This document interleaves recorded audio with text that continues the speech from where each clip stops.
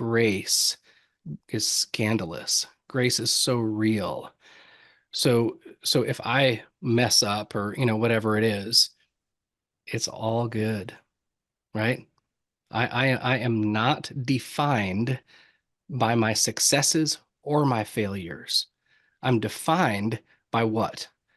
By the things that I've predetermined that are valuable to me, and I show up in a way that's meaningful to me. The results, they do not belong to me. In fact, there's been so many times when I thought that I got up and spoke or sang or, whatever it was, and I thought I just killed it. Yeah, I was the only one who thought that. And so, so quite often it's, again, the results don't belong to us. Fear stops us from achieving our true greatness. Are you a professional woman who is feeling stuck, unmotivated, or burned out? Are you worried about your wellness? Are you letting fear stop you from crushing your goals? If you answered yes to any or all of these, then this is the podcast for you. Dr. Charmaine Gregory, night shift emergency physician, burnout thriver, and wellness champion, along with everyday heroes just like you, will explore how to face fear in our lives and emerge victoriously. Hey, thanks for checking out this episode. Be sure to click the subscribe button and the notification bell so that you get notified when the next video comes out. It only takes 2 seconds to make 2 clicks. So let's do it. Let's get back to the video. Hello, Fearless Freedom Tribe. Coming to you today with a little bit of a frog in my throat, but here we go. This is Dr. G, and we are here for another episode of the Fearless Freedom with Dr. G podcast. Today, we have none other than David Ask with us, and he's going to tell us all about what he's up to and who he is. Take it away, David. Well, thank you. Hey, thank you for having me. This is a real treat. I've listened to several of your podcasts, and to be among the guests is an honor. So thanks for having me. So I'll just tell a little bit about my story, and then you can fire away, and we'll just have a fun conversation today. So I am I'll paint the backstory really. So I grew up in a little town in Minnesota, and I moved to Nashville, Tennessee, right after high school, and I was among those musicians who wanted to, move to Nashville and become famous and successful and all that kind of stuff. And what's been really neat is the way that my kind of story has unfolded. I'll kind of pivot backwards just slightly. So I started my first business when I was 16 years old, right? And it was, a lot of, teenagers will venture into something, whether you're mowing lawns or something like that. Right. Yes. But I really, at a young age, just was gravitated to entrepreneurs, to people that kind of, would just, kind of live life outside the bounds, as it were. And anyway, so when I moved to Nashville, to explore the music industry and so on, I was a vocal major at Belmont. Okay. That was actually something that was, honestly rather easy for me to do. We grew up in a musical family, and my mom I see. Okay. forced us to sing. So, so it was kind of interesting because I kind of got to scratch the entrepreneurial itch while, doing something that I really loved, and it was just such a part of my heritage. Nice. And so anyway, I for quite a few years did music. I still do, just not, quite as much. But anyway, my let me think here. 10 years ago is kind of when I really decided to kind of jump into the entrepreneurial world. And of course, I didn't know what I didn't know, in a lot of ways. So it's, the definition of an entrepreneur really is figure it out, right? Right, exactly. Say yes and figure it out. So my brother-in-law and I developed a product, invented a product, basically a better mousetrap situation. So we came up with a thermostat guard with a combination lock. So you might see, a box that goes over a thermostat, typically in a public setting, so people don't tamper with it, right? In a retail store or an office or something like that. But we came up with one that has a combination lock, so you just didn't have to worry about losing that tiny key. And Nice. since then, we've got well, I ended up buying him out, and since then, I got into about 3,000 retail stores, Wow. which has been really exciting. So we're in the Home Depot and Lowe's, and Okay. just recently got into the True Value hardware distribution chain, which I'm really excited about. That's And awesome. so what's kind of neat, Dr. G, is I've got that kind of the side of my life, with regards to product development and, you know, and that kind of thing. And on the other kind of the more of the personal side, but yet professional, I do some coaching with regards to helping people discover, that top 10% of themselves, Hmm. the kind of the greatest good, as it were. So I work real closely with Dr. Andy Garrett, and we walk individuals as well as companies through what he has coined his curriculum called the True North Blueprint. And it just really helps people discover not what's true about you, but what's really true. That stuff at the top that just causes you to really light up. Right. That stuff you're willing to run through a brick wall for. And, as well as um, the just the kind of the bedrock of your your decision making matrix and so on. So we do some coaching in that area. And then you're the second person that I've told this to, but I just started writing a book this week Okay. for dads, and it's called The Guardians of Grit. And I want to write a book that talks about you know really grit and resilience and why they're different, but how does one really not only understand it from a kind of a psychological level, but really internalize your version of those things as an anchor point, kind of a bedrock point, but also this idea that there's something tethering you forward. And so anyway, I've got a wide variety of things. By the way, even with regards to music, it's so funny because quite often people know me in these different camps, right? In Right. fact, there's a lot of guys that I do product development with, and a couple of years into knowing them, they'll be like, "You sing?" And I sing. Like I've been asked to sing on symphony stages, and for the president and for the governor, and all kinds of different things. And Wow. so it's fun to have a wide variety of things. But anyway, Yeah. it's a bit of a snapshot of David Osk. So Oh, anyway, that's awesome. Oh, so I didn't say it correctly. It's ask, well, it's not okay. ask. It's spelled like ask, but there's my heritage is Norwegian. There's actually a town in Norway named Osk. Okay. Yeah. Yeah. Cool. Oh, do you know So, that this year, I think it will be in Norway that the Northern Lights are going to be the brightest ever. Like they're going oh, to be really incredible. Only happens like once every 20 something years or 40 years or something. yeah. I remember when I was probably 16 or so, my some good buddies of mine, we went out to my friend Bob went out to his parents were farmers in Minnesota, and we went and sat out, in their kind of, he nicknamed it the back 40. Sure. And so we were sitting there one night, and it was kind of cold. It was probably, 40 degrees outside. We had a bonfire going. The fire kind of finally went out, and when the light dissipated, right, we looked up, and we laid there for hours watching the northern lights. And the sky was just, it was a symphony. It was dancing. It was just, Even- and I can't even imagine, right, being in Norway, Yes, being that that yeah, so close that to close the, to it. Yeah. oh, that gives me goosebumps just thinking about it. So, Wow. Wow. Yeah, I read that article. I read like a blurb about it just a few days ago, and I was like, oh wow, be awesome to go there this year. yeah, Yeah, yeah. that's cool. All right. And then so you have a lot of things that you are involved in. I'm curious though about the fear. Like, was there any fear involved in any of that? Like, for Oh example, man, you mentioned, right. as a teen, you had started your own business, you did your own thing.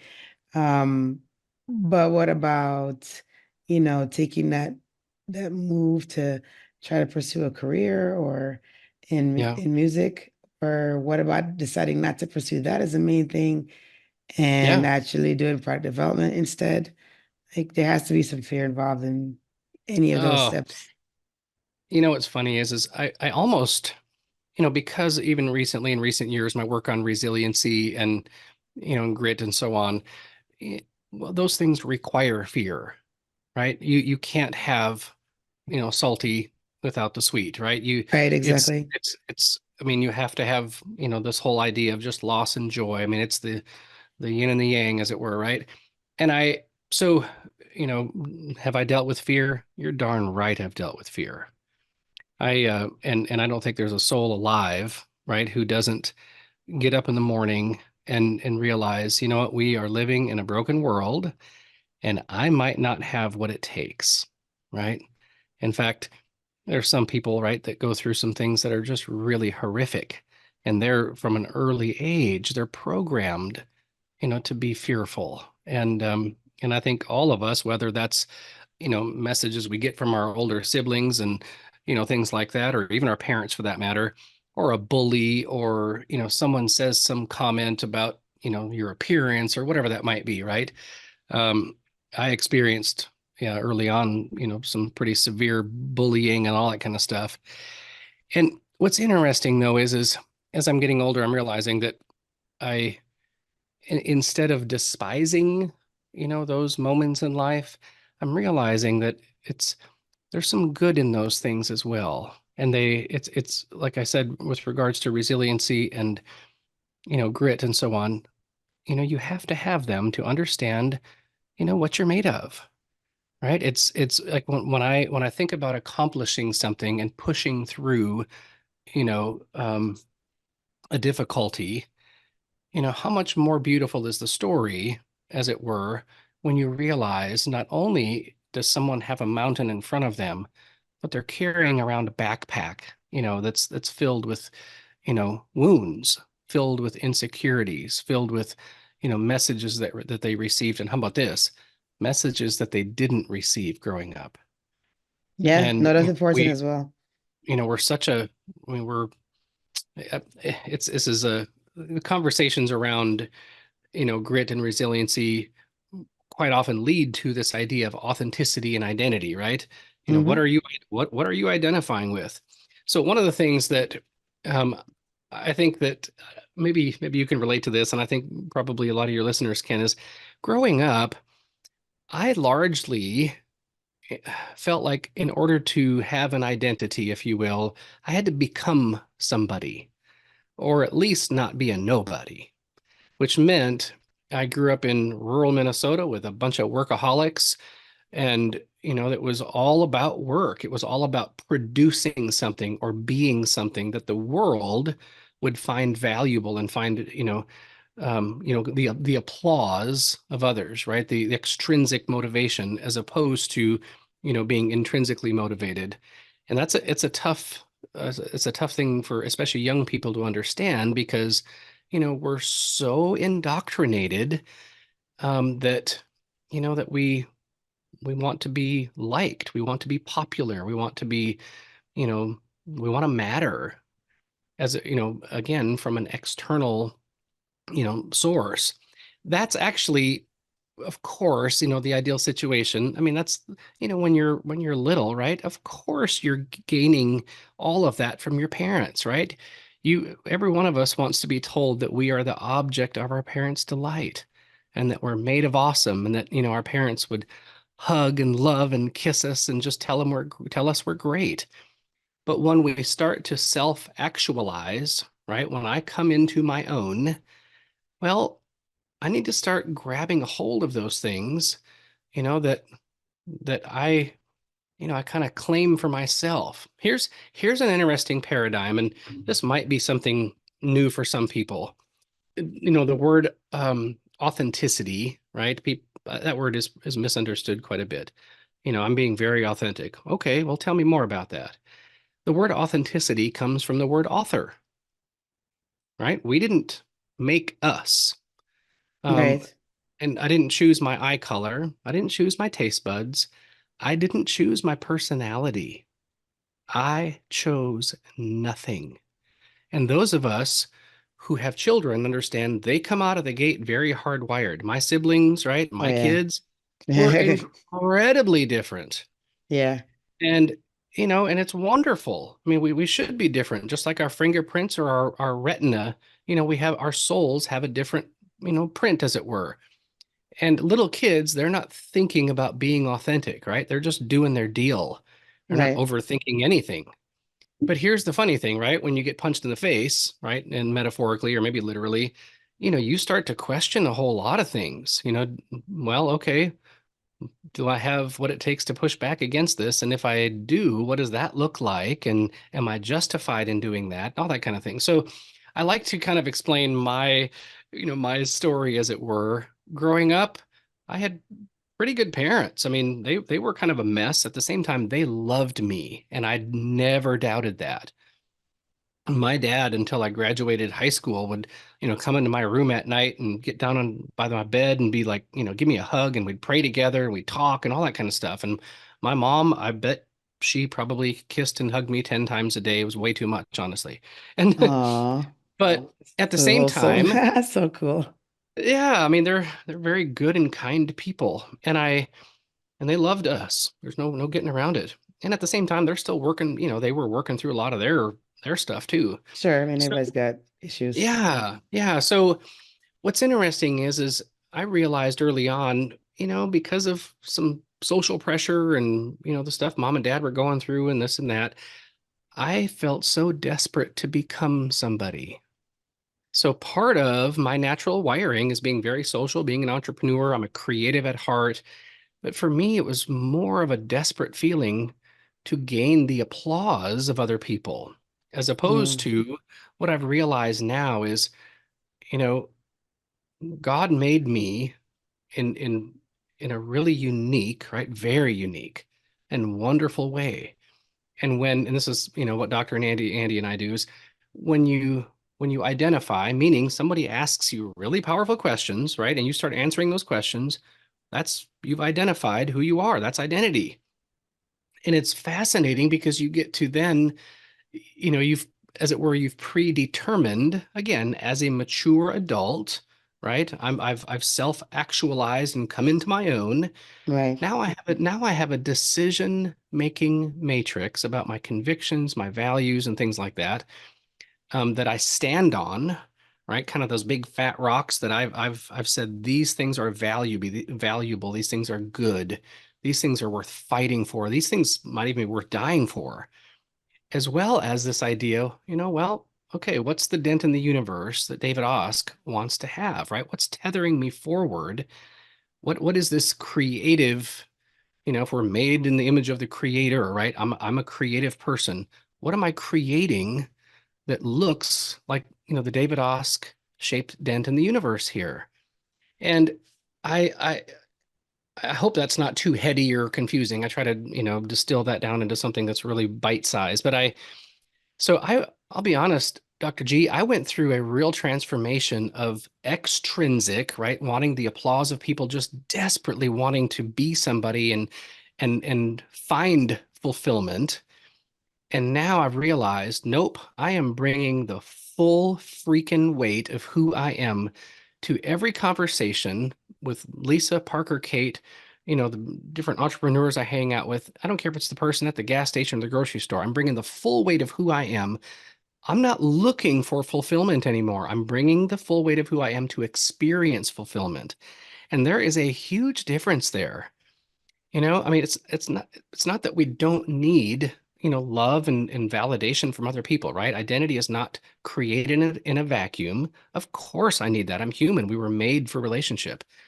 But boy, I tell you what, when you kind of clear the cobwebs, right? You find the big flat rocks you're standing on, the decision-making matrix, you've predetermined those things, and that dent in the universe that you want to have uniquely, it's amazing, how the air clears and how your peace, rises and how your sense of mission rises. And some of those silly things just start falling away. You don't walk into a room trying to herald your arrival and want everybody to know that you have letters after your name and that kind of thing.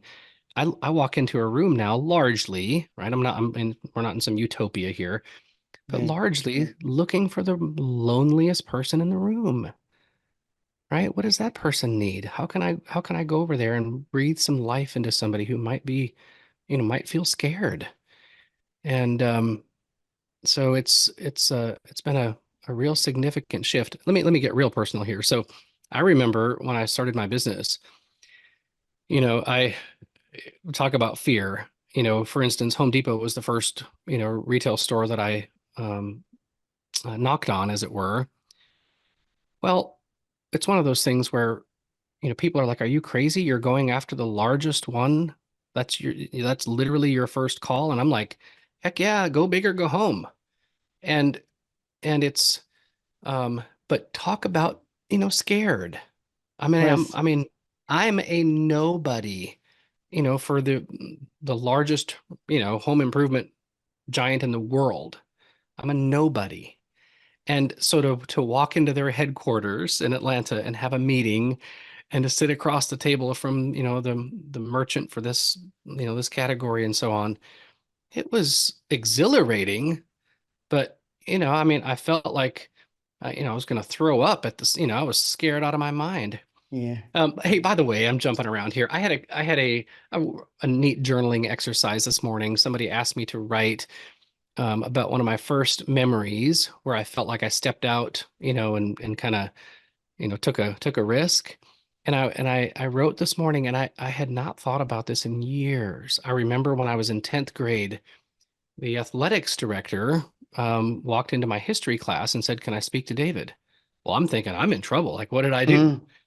And I got out in the hallway, and Mr. Stackpool, he's since passed on, but a wonderful man, he looked at me and he said, "Hey, David, would you like to sing the national anthem tonight at the basketball game?" And Okay. well, nobody had done that in our town. It was usually just the band, or we'd say the Pledge of Allegiance, or we'd sing it together. Nobody grabbed the microphone a cappella and sang that song, right? Well, of course, my heart just leapt out of my chest and sank to my feet all at the same time. Sure. And I wanted to kind of keep my cool composure. So I said, "Yeah, sure, why not?" Well, I walk back into class, break into a cold sweat. I'm like, why in the world did I just tell this guy that, and I've never sung the song except with a group of people, that I'm going to stand in the center of the gymnasium a cappella and sing a song I've never sung? Like, you'd think I would have said something like, "Give me a couple of weeks to practice." And I'm like, but nope, I said, "Sure, let's do it." But here's the funny thing, right? What did he do for me in that moment? He believed in me, right? So part of developing, an identity is one would dare to believe that I have something good and noble, and beautiful and powerful to offer this world. And someone else would look at you and say, "You got this, buddy." Yes. And Hmm. and since then, right? It's amazing. I look back to that moment and I'm like, man, that guy really caused me to rise to that next level. Nice. So No, that's awesome. And so it sounds like there have been times when it sounds like you actually have done one of the things that people have a really difficult time doing, even in high school. And that is, like saying yes and then figuring it out, right? So you're faced with right. something Yeah. that is fear, that would evoke fear, and you may, if you stop to think about it, if you say no, or if you say I'll do it in a couple of weeks, then what happens is you start to have an opportunity for the negative thoughts to enter your mind, and so then Oh you yeah. don't end up doing the thing, right? Or you find a reason not to, and Yeah. or you talk yourself out of it. So Yeah. that you did in the 10th grade, that was very, very neat and unique. And it's something that people train themselves to do because it's not a natural thing. It's not Yeah. natural to just say yes, even when you're like doubtful. Yeah. Oh But man. but you, as you said, you grow so much. Like I mean, obviously, they would never have asked you if they didn't think that you could, right? Because Yeah. you clearly this is not, somebody coming up to you and you've never flown a plane before and saying, "Hey, do you mind flying a plane?" It's not that, Yeah. but it is, somebody's seen you play an instrument before, they've heard you, and they're like, "Oh, Yeah. hey, do you mind playing for my Yeah. wedding? Or do you mind playing for XYZ?" That is what I mean, not things that are Yeah. random. But even people who have practiced, people who have the skill sets, even when they're asked, they may not be at that point in their belief system where they were willing to just say yes and then figure it out. Yeah. Yeah. And it's, by the way, when I see people stepping out, outside their comfort zone on any level, I'm always going out of my way, to pour fuel on that fire because it's amazing how, whether it's, and again, standing up and singing the national anthem, you know, for some people would be just like jumping out of an airplane, right? And, Oh yeah, totally. or, Yeah. or doing something. In fact, I think like public speaking or something like that, because Public speaking one of is the, the most feared thing. okay, I thought I heard that. Yeah. And so I feel like, there's, I don't know. I mean, fear is the enemy, right? My friend, Scott Smith, he lives in Oregon, just a wonderful guy. He said, I was talking about some fearful things and so on, and he cuts me off and he said, David, he goes, you need to smash the serpent's head. Like, don't entertain it. Right. We tend to, we hear that whisper in our ear, right? We just, oh, you can't do this. And it's insidious. It's Yes. sickening. It's a cancer. Um, so here's I'm a Christian, so I believe that we have an enemy, and I believe that a-hole is talking to us all the time. But I Hmm. also believe that I have a nature that, can be pretty bent out of shape. So sometimes, it's whispering to that other voice in the room Sure. and saying, "Get the heck out of here. Hear me roar." And here's what's fascinating about um, about handling fear in a mature way. And this is something that I've realized is that I believe that grace is scandalous. Grace is so real. So if I mess up or whatever it is, it's all good, right? I am not defined by my successes or my failures. I'm defined by what? By the things that I've predetermined that are valuable to me, and I show up in a way that's meaningful to me. The results, they do not belong to me. In fact, there's been so many times when I thought that I got up and spoke or sang or whatever it was, and I thought I just killed it. Yeah, I was the only one who thought that. And so, so quite often it's, again, the results don't belong to us. And it's this idea of fear, I think, is so tied to that extrinsic, motivation that we're just so, I'm so scared. I'm so desperate inside that I need the applause of everybody around me. I have to have all of this incoming validation and that kind of stuff all the time because I'm so empty inside and I can't get up and screw something up and just laugh at myself and be like, man, it's fun to be human, isn't it? And move on.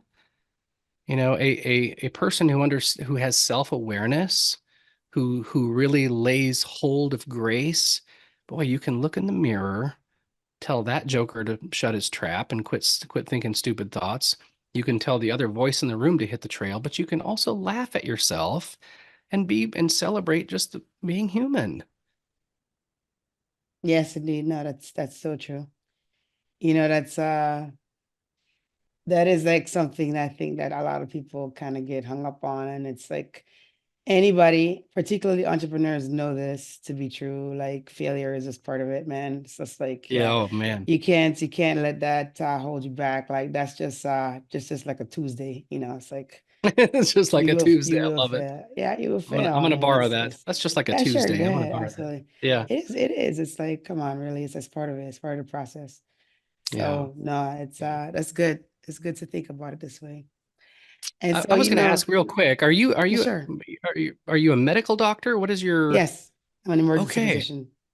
Okay. All right. I thought I read that online, but I can imagine and in your experience, right? And I mean, can those of us who, of course, have not gone through any education remotely, close to what you've done, I mean, talk about, showing up time after time for tests that are Yes, not, it's a long I mean, road. especially in your case, it's not just written tests, right? It's life and death kind of Oh, situation. yes, every day. And I mean, you've had to develop a sense of resiliency, right? Bouncing back, right? So there's setbacks, there's failures, whatever, whatever you want to call them, right? Resiliency is what? Bouncing back to a predetermined, like a ball, right? It has a predetermined shape, as it were, a description. Whereas grit is, I'm going to do hard things over a long period of time. And boy, you are like the poster child of grit and delayed gratification. Really? I mean, Yeah, doctors, are no, you kidding me? there's definitely there's a lot of delayed gratification that comes from the whole process, like the from the time that you make the decision that you're going to do the profession, and then like the road. I mean, so the minimum amount of time from start to finish is gonna be, let me see, 8 and 3, so 11 years. So it's 11 years from making the decision to actually starting as a, on my own Yeah. person, Wow. and that is just the minimal amount. So if you choose to do something that is more intensive, like say you choose to do surgery, for example, or you choose to do a fellowship beyond your basic training, that's another, that could be another 1 to 8 years. So can I ask you, when did you know that you wanted to make that commitment? And then how many times did you look in the mirror and be like, why am I doing this? So my story is not common because I wanted to be a physician, even though I didn't really have any contact with any besides my own doctor. And I was living in Jamaica at the time, and I one day I just decided this is what I'm going to do. I didn't have any examples really. I didn't have any like. I Wow. just knew that's what I wanted to do, and then um, I never had like all along the road, I never really had any other alternative plans. It was like, it was in my mind, I was just like, I'm just gonna do this. Like there isn't another option. Like failure is not an option. And so So if there were moments when I had failures, I mean, everybody does, right? I mean, sure. Yeah, of course. nobody has a perfect road.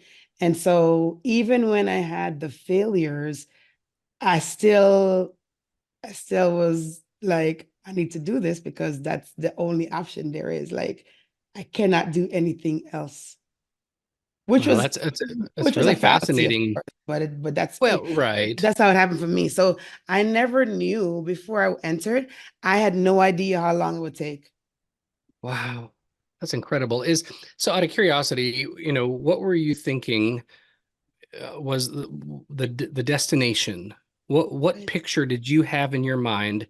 Okay, when I get through 11 years of, medical school here and no sleep and maybe student loans and the whole nine yards, what was the picture in your mind of what that was? Was it, I mean, because obviously, I mean, and I hope you make a ton of money. You deserve it. But Well, medicine was it is not fine? really a moneymaker. But was there some like, okay, financially, I'm going to be, different from my upbringing or I'm going to have options at that point, or I'm really driven to help people. Was it the challenge in and of itself? What was it that on the other side of it that you were willing to push through, that was pulling you forward? So, I mean, it wasn't like, I mean, of course, at 8, I'm not thinking, oh, I'm gonna do this so that I can make a bunch of money. Because again, I didn't have any examples of that, right? And Hmm. we were not, we were Jamaica was an interesting situation in the 80s because we just come off of a beautiful time, the 70s, when, the nation was prosperous and, people could see their way and things like that. And then things were changing right around the time when I left. And so, the prospect for me becoming, like, realizing that dream was a little limited, because at that time there was only one medical school in the Caribbean. Well, maybe there were two, but Okay. that the one was on Jamaica, and it was extremely competitive. And even though I was bright and, I was like top in my class, et cetera, like all those things, there were a lot of Hmm. kids that were that same way, and the competition was very, very, very stiff, because you got a lot of Yeah, bright kids, and so sure. my family realized this, and they thought that the United States would offer more options for medical school than the Hmm. one. That's the Yeah, reason why yeah. we came to the United States. Okay. So where did you move at that point? New York City.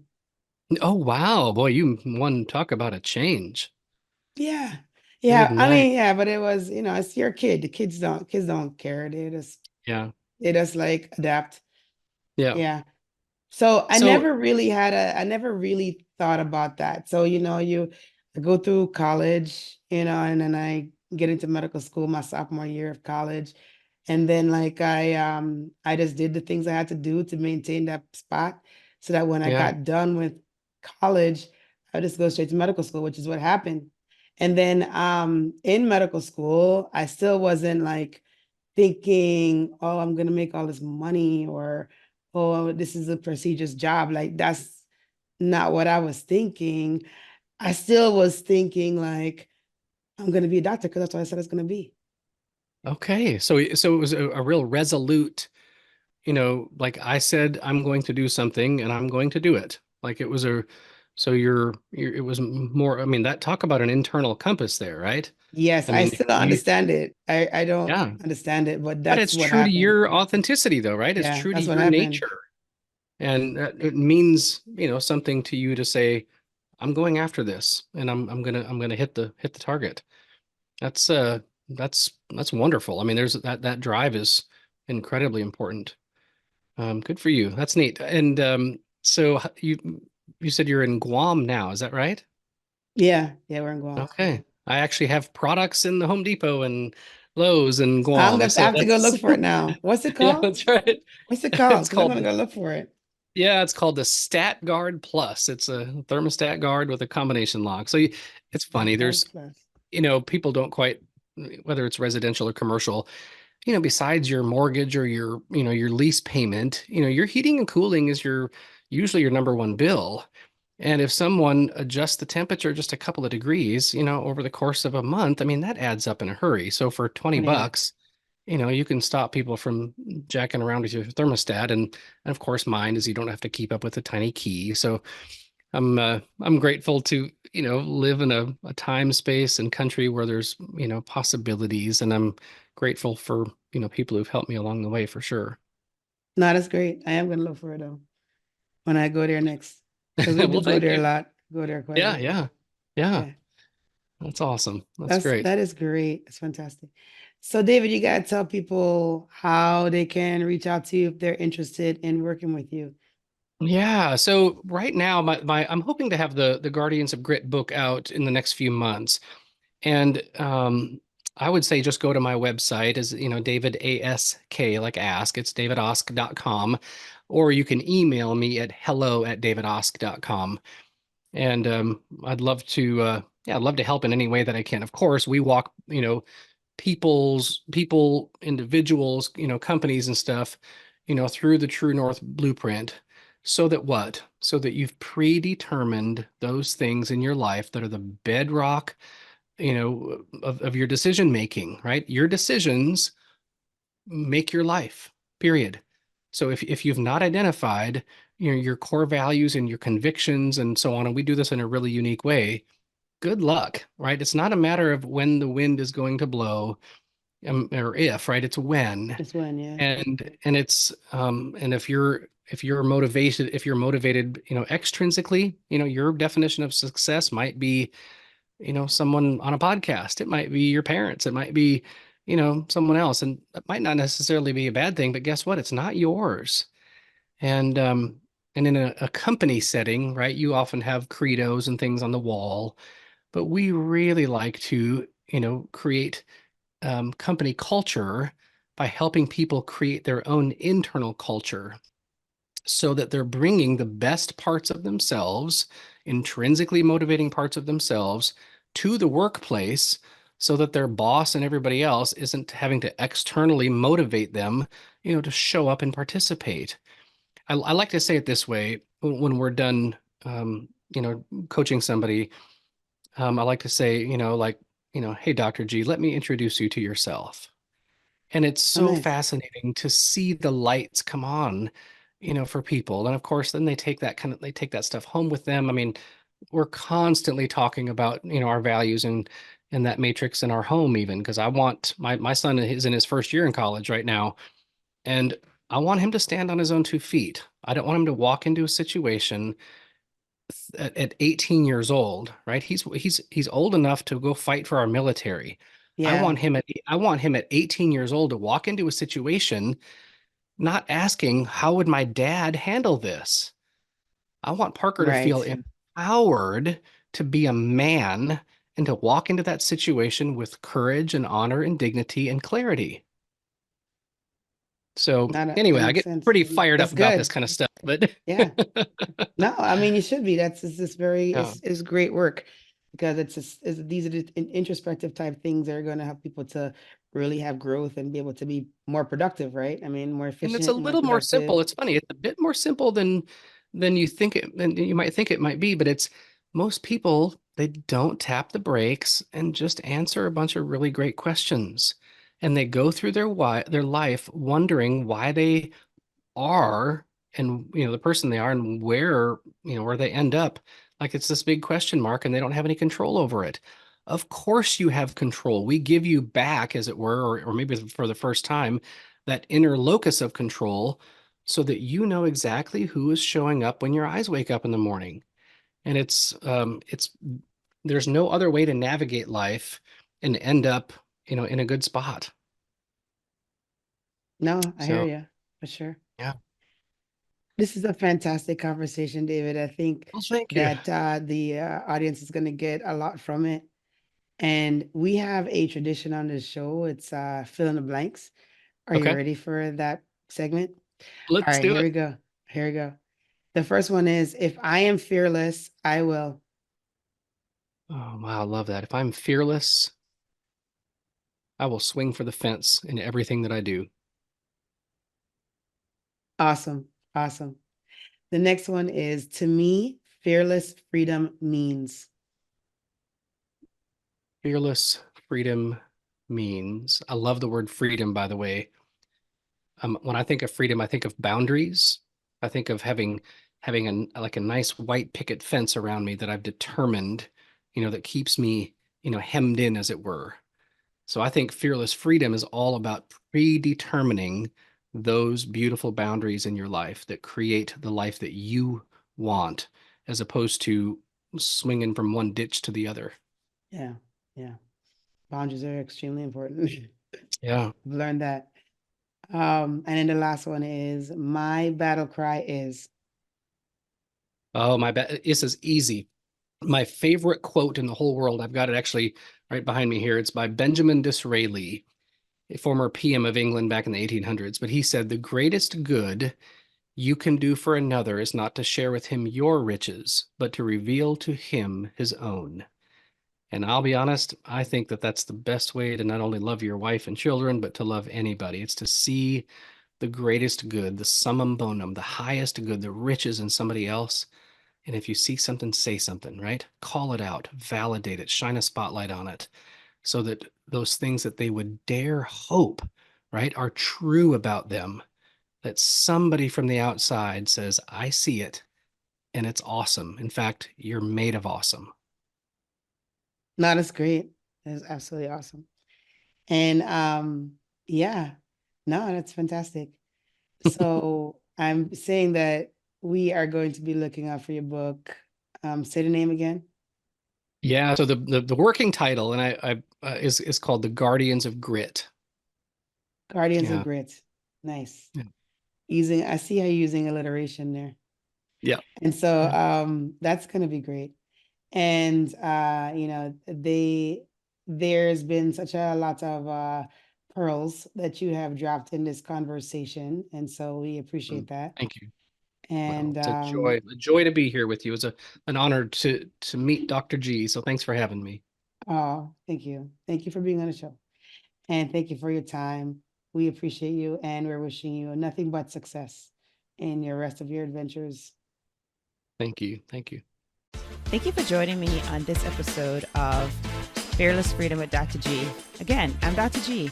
And if you like this episode, be sure to subscribe so that you can get notified of when the next episode is going to be. And also, I'll catch you next time. Have a great one. Be strong, be brave, and unleash your greatness.